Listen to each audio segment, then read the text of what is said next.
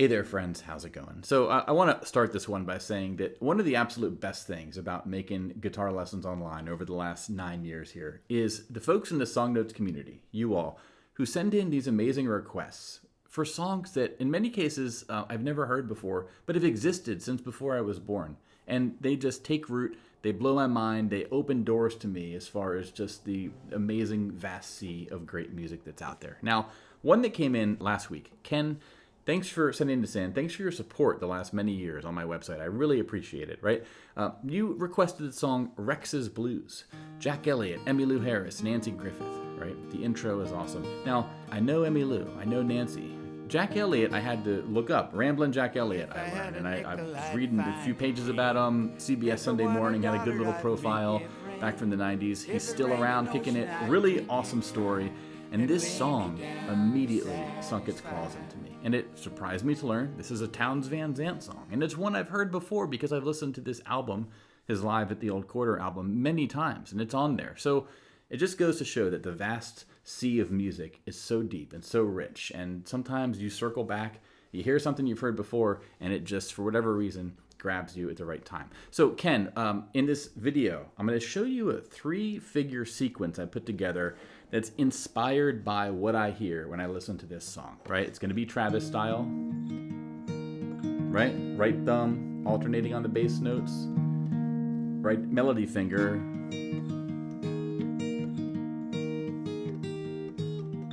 doing melody stuff, right? Super common style. Townes Van Zandt, Guy Clark, John Prine, Bob Dylan. Tons of folks use this style. I have many, many lessons. So this lesson will not be a full song tutorial for Rex's Blues, but it's going to capture the vibe, the sort of language. It's going to be in the same key, capo in the same place, right? And I want to say, put together this Travis picking lesson page on my website where it takes all the lessons I've made in this style and arranges them a bit better, right?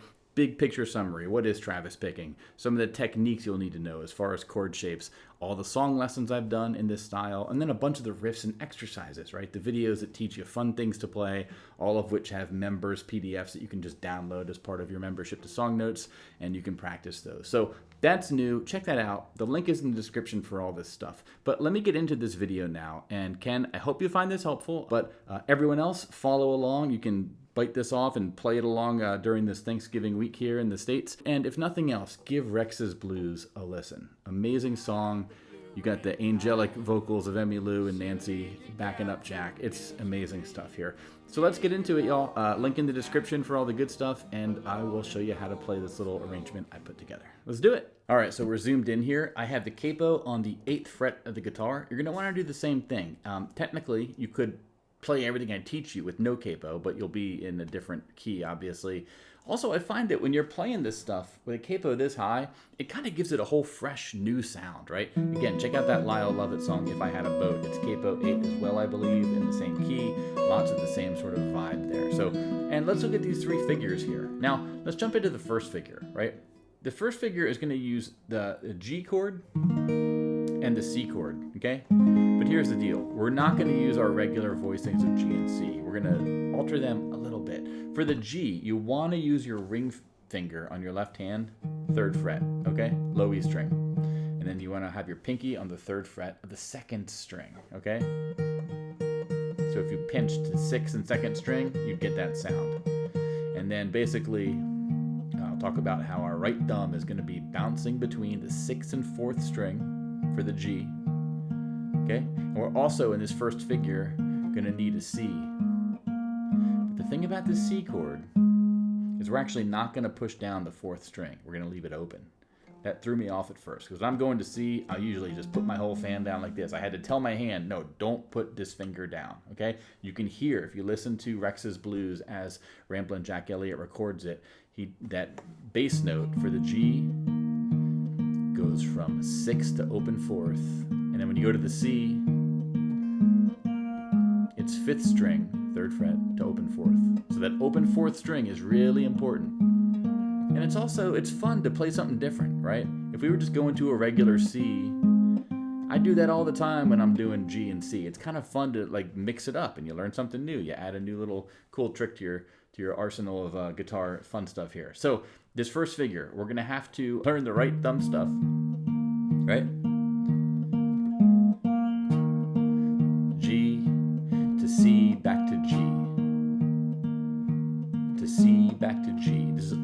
doing for figure 1 bass note.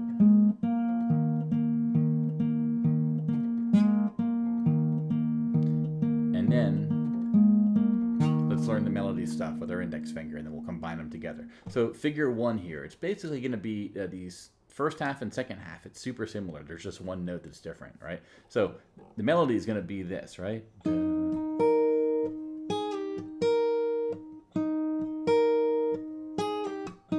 Okay, 1 and 2 and 3 and 4 and 1 and 2 and 3 and 4 and 1 and 2 and 3 and 4 and 1 and 2 and 3 and... Practice that by itself over and over again if you need to. Okay, the P means pull off. All it means is I'm plucking the first fret note. I'm sort of able to get that pull off sound to give me a clean sound. If you can't get that pull off sound, just do 2 plucks. Okay, so 1 and 2 and 3 and 4 and 1 and 2 and 3 and 4. Now this is something, listen to Rex's Blues, listen to the Ramblin Jack Elliott version. This sort of motif, you're going to find that throughout the intro and verse of the song. It's not the same exact tabs, but it's close enough, right? Now, combining this together is where it gets tricky. Combining your thumb with the melody notes, because if you do that, it'll sound like this, right? Let me actually play it twice, and then I'll talk through it.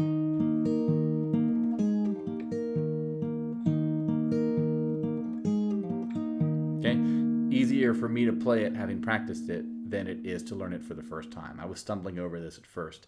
Here's how to think about this, right? Do the first measure by itself first. Get used to this G, right? Pinch on the 1 count, pinch, and then get that melody note on the 2 and count, right? 1 and 2 and 3 and 4 and 1 and 2 and... I forgot the pinch. Let's do it again. 1 and 2 and 3 and 4 and 1 and 2 and 3 and 4. Okay? Very common Travis picking move here. Now, this is where things get different, is you're going to this C, but again, you want to leave that 4th string open for your bass note. And this is the trickiest measure of the song for me, of the arrangement. In that, just those 4 counts, you have to do a lot. You have to basically pinch, do the pull off, do the open 4th string, put your pinky down, pluck it, go back to the G with your left ring finger. That was a lot I just did, right, in about 2.5 counts.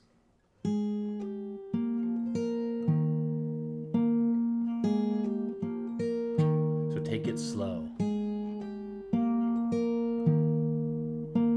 Go through the motions perfectly, as slow as you need to, as long as you're not making a mistake, right? Make sure you have the bass notes automated enough in your brain. But give it some time. Spend a few minutes with it, a few times a day if you can. I guarantee you after a couple days it's going to get a little bit easier for you. But then you just look at this first figure, and the only difference of the first half and the second half of the first figure is the very last melody note. Notice how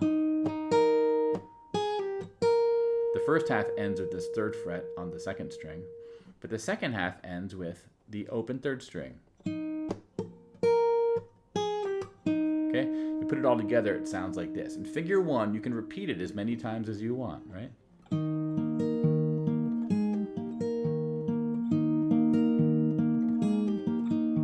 Repeat it, okay?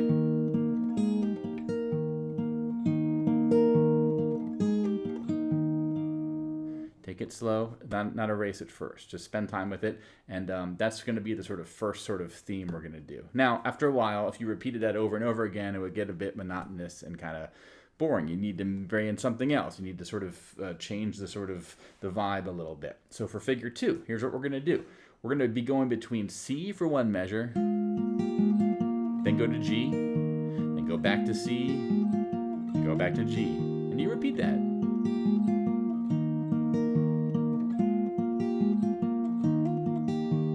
Okay, so we already have our bass notes worked out because it's exactly what we've learned in the first figure. It's just the timing's different. We'll be on C for 1 measure. 1, 2, 3.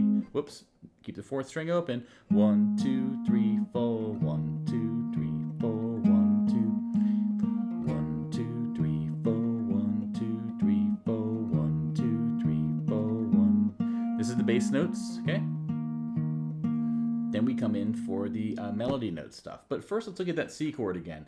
The difference here is we're going to want to get used to doing this third, open, second, open. This is our C. This is not a typical voicing for C. This is like a C with a major seventh.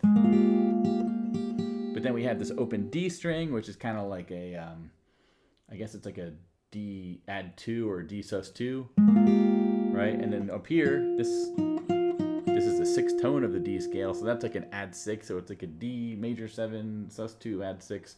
This is where chord names can get stupid and kind of like not helpful. Whatever, I'm gonna call it a C chord for this thing, right? Again, this matches though what you want to do to play like the vibe you hear in Jack Elliott's version of Rex's Blues. I'm not here to name this chord in the most succinct way. I'm telling you this is how you get the sound, okay? So the melody notes.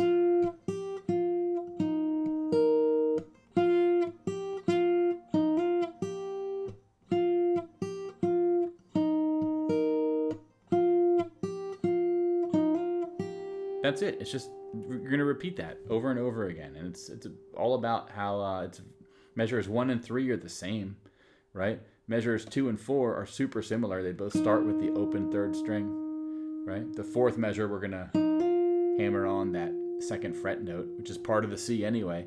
So we're sort of used to doing that with our middle finger. And then you end with the open B string. Okay, so you put it together.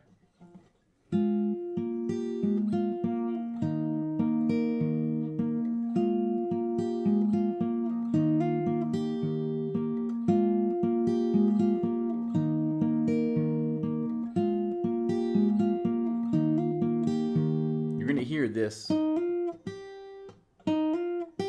going to hear that a lot in Rex's Blues as covered by Jack Elliott, okay?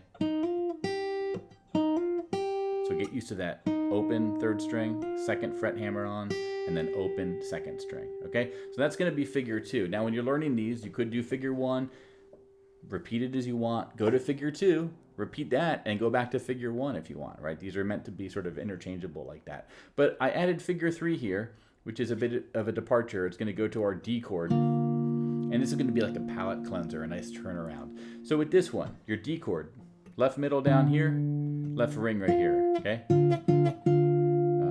Those are the 2 notes we'll fret. So the melody notes for this third figure, it's all going to be on the second and third string, right?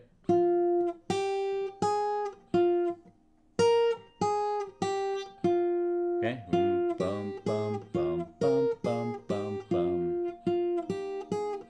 First 2 measures. And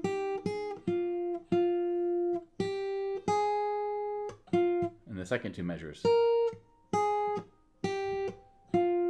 Measures 3 and 4 are all pinches, right? On the 1 and the 3 counts, right? Measures 1 and 2 have a bit of the, you have a pinch on the 1 count,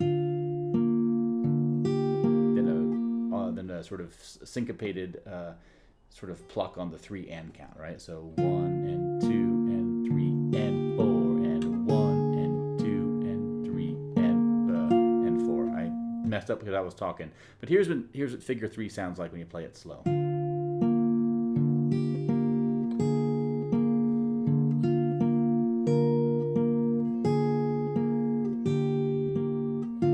I'll do it again. Add your left index finger, add your left pinky, remove your left pinky, remove your left index finger, and do the pinch that you originally started with. And then you either repeat, well, you don't want to repeat figure 3. You actually want to end with a G chord. A full G is fine if you want to totally end it. Or you just go back to figure 1 and do the whole thing again. Okay? So here's what it sounds like if you put it all together.